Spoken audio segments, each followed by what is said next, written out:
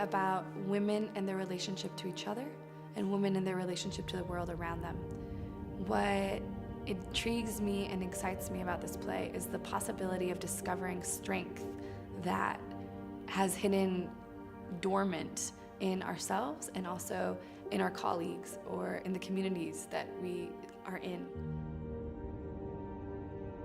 Working with a group of women to discover what we are capable of. I think acknowledging our capability for violence is incredibly important. Whether or not we choose to commit violence is another thing, but to know that as women we are capable of it and capable of having very good justifiable reasons for committing it, I think is an important step in an empowerment process. Hi, Cameron. My name is Naphtali Leyland Fields, and I was the writer and director of Bloody Bee, Hymns of Hunger and Women Rage. The idea for the play originated in spring 2014. I was directing a production of For Colored Girls Who Have Considered Suicide When the Rainbow Is Enough by Ntozake Shange. And as we gathered together to talk about the themes, particularly of racism, but also of femininity that are in that play, I realized that I wanted to have a space for people who were not African American women, myself included, to talk about their own experiences of femininity. I'm Anna Ross, and I played Medea. Marikia Cajero, and I played Crane. Kenzie Foreman, and I'm the stage manager. Oksana Brenes, and I was playing Maria. Reese Sanders, assistant stage manager. Stephanie Hausniamki, and I was Margaret Garner. Wangui, and I was Elk. So I'm Malik, and I played Bea. We began to realize that a common theme for all of us was a sense that we weren't allowed to express anger or rage, enact any kind of violence, that society viewed incredibly negatively any woman who didn't have a smile on her face and who experienced or expressed dissatisfaction with the way she was treated. And that question of violence, what women have been led to commit violence and then what has society done in reaction to them, led us to look at some historical figures who had committed violence.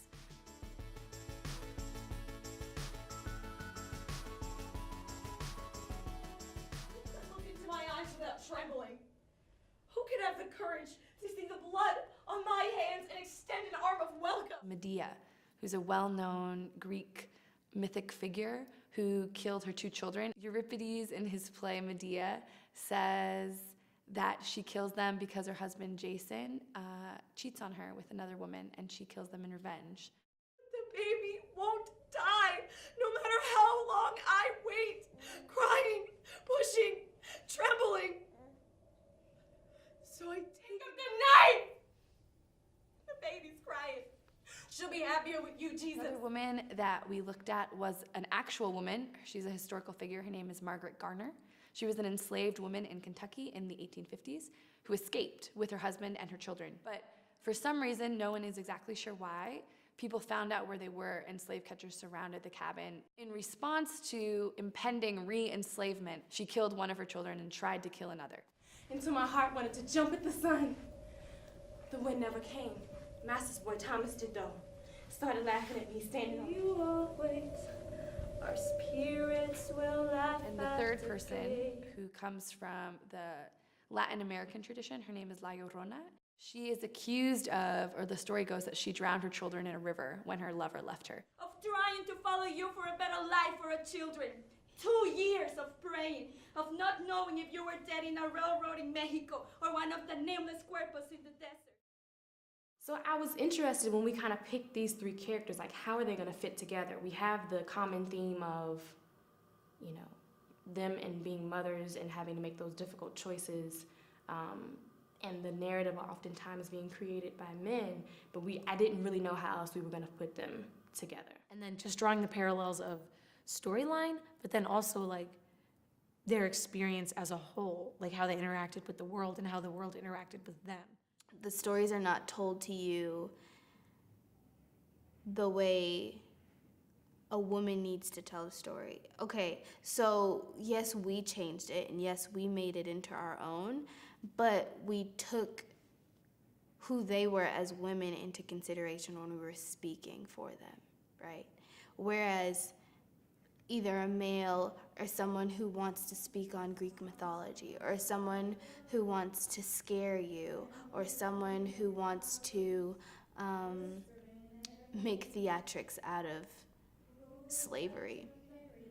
They might highlight different aspects of that story that does not focus on the woman and who she was and the struggle that she had. Inside the skin it's lonely, sometimes it fits too tight. Who is left to remember the songs of my childhood? Crane, she has a line that says, I never knew I had the strength to hit him back. And that kind of, that resonates me because I've got some things in my past that have to do with that. And I was like, you know, good for you. It's just so real, and I feel like it's such tangible evidence of like this person wasn't a bad person for doing this. I mean, you know, you could argue one way or another, but it's like, you know, she is not the sum of her actions. She cared, and this was what she really felt in that moment was the best thing for them. And how can you argue with them? That's a big question, I guess, is how can you argue with a mother's instinct? The character that Naphtali created was based on a true story, and I actually never knew about her or learned about her, even though it's a part of our history. I feel like every day I'm learning something new about American history that I had no idea about. And so it's like, why didn't I learn about Margaret Gardner in school? What speaks to me the most about this story is it's never been told from the perspective of women before. Young women at that. You know, these are all 20-something-year-old women who really care about something greater than themselves. Seemed so important and felt like it could really touch people and really show the opposite side of the narrative. The struggle that the women went through, and not so much the fight that they had to make in order to kill their children, but more so that people had already decided who they were before they could speak for themselves. The ways that women have faced authority and faced scrutiny throughout the years and in different times. How we each came from different places, different backgrounds, you know, different countries, but how we all shared very similar stories. Despite, you know, like for me, I was born in Kenya. I had background in Kenya and background here, but, you know, talking to the other girls and just realizing that a lot of the problems that I faced as a girl or as a young woman growing up are problems that they also faced. And just being together in that environment and realizing that you're not just alone. Like, this is not something that you're the only one who's facing these types of issues. I'm from Central America, and I have seen that. I know how people suffer, all the stories that they want to pursue a better life. Somehow I'm here and I'm like also like trying to follow that dream of having a better life, following that. So in all the sacrifices that you have to do to achieve it. How to deal with situations in your life as a woman, and it's like in some societies you're expected to deal in this sort of way, and so these women did something that was completely horrifying on one spectrum, but then you could also understand how much like life just took out of them.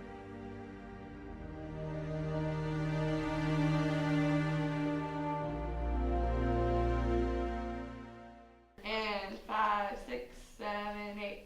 Not a spot on, not a sign of my pain.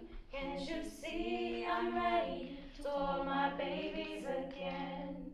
Start over, all the blood is gone. I think our strength, I knew it was there, but how profound it was what shocked me. I think our ability to bring those characters to life was huge. We had moments where we might have broken down and cried at somebody's monologue, and like to have that strong of a response to something that you've been seeing every day, so you'd think you would get used to it, right? But you don't. With my mindset on freedom,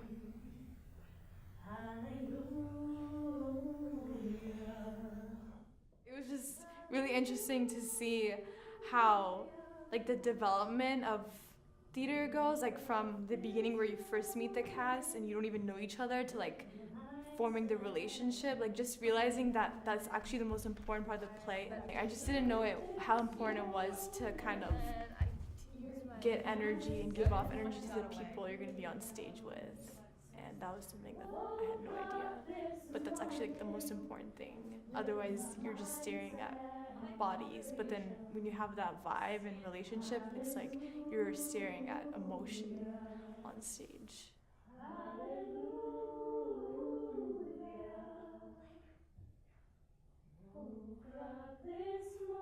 I think that opening up, even being comfortable on stage, definitely started with being comfortable with the cast members. Because I think if I wasn't comfortable with them, I don't think it would have been as easy for me. Because then at the end of the day, I knew, okay, you know, we're all in this. We've seen each other at our highs, our lows. You know, we've seen each other when, you know, we just have had a really rough day. We've seen each other, you know, on our bloated days. I mean, we've seen each other in just about every way possible. And so it's kind of one of those things. It's like they become, you know, siblings to you. You know, they become an extension of yourself. And you have to share so much of yourself in order to find some of these characters. So you often see a lot of different things that you didn't see from people. A solitary story of a mother's gory rage, too bloody. For a bedtime tale, brutal for a page. A solitary story of a mother's gory rage. Too bloody for a bedtime tale, brutal for a page. A solitary story of a mother's gory rage. There's a lot of different stories, both in history and then in the people around you. We weren't necessarily making like outright arguments. You know, we were just presenting these stories for people to look at themselves and decide what the story said to them. The root of what we were doing was trying to get people to listen. I think that was the best part of the story, because whether it was a woman who was being mistreated in the United States or one who was trying to get her kids to freedom, at some point in time, no one sat down and listened to them. And I feel like if there's anything to take from this, it's that willingness to listen to other people's stories, listen to their perspectives, listen to where they're coming from, and see the humanity in that. These girls told me that, wow, like, this play really makes me like, they reconsider all the things that have happened to them and see and make them like stronger. So I think that my message will be like, take the play as a personal experience. You can judge a situation from the outside, but nothing that any human being does is too far from any other human being. We all have the opportunity to do some really great things and to do some really horrible things, given the circumstances, given the opportunities. There are other avenues of even giving out a message. I think for me, that's what I really appreciated about this play. It brings things up that you don't always think about or you try to ignore. Even though this play was called Hymns of Hunger and Women Rage, that part of the play is not just about women, it's about everyone. Look again. Question. Listen. Sometimes things aren't what they appear to be on the surface. And allow yourself to cut against the grain, to read against the grain, to see against the grain that you've been taught. And often, what you are surprised by is something way better than the thing that you thought you knew. That to me is the joy of feminism in this play. And also, even though this play is about violence, it's also about love. I think that real feminism is the most humanizing thing, because it's saying that you as a man, you as a woman, you as whatever gender you want to identify, you have value and you have worth and your voice deserves to be heard. And I, as a feminist, am saying that I love you and I will listen to you. And this play is about hearing people's stories when other people didn't want to hear them.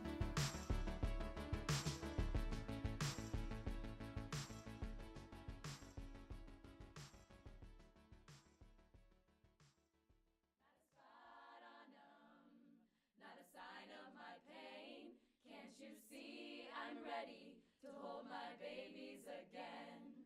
Start over.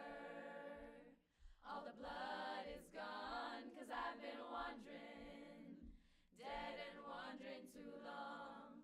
Not a spot on them, not a sign of my pain. Can't you see I'm ready to hold my babies again? Scarred over, all the blood